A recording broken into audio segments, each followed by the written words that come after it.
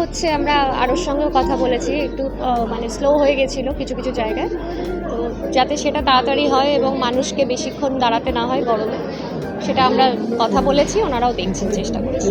শান্তিপূর্ণভাবে ভোট হচ্ছে।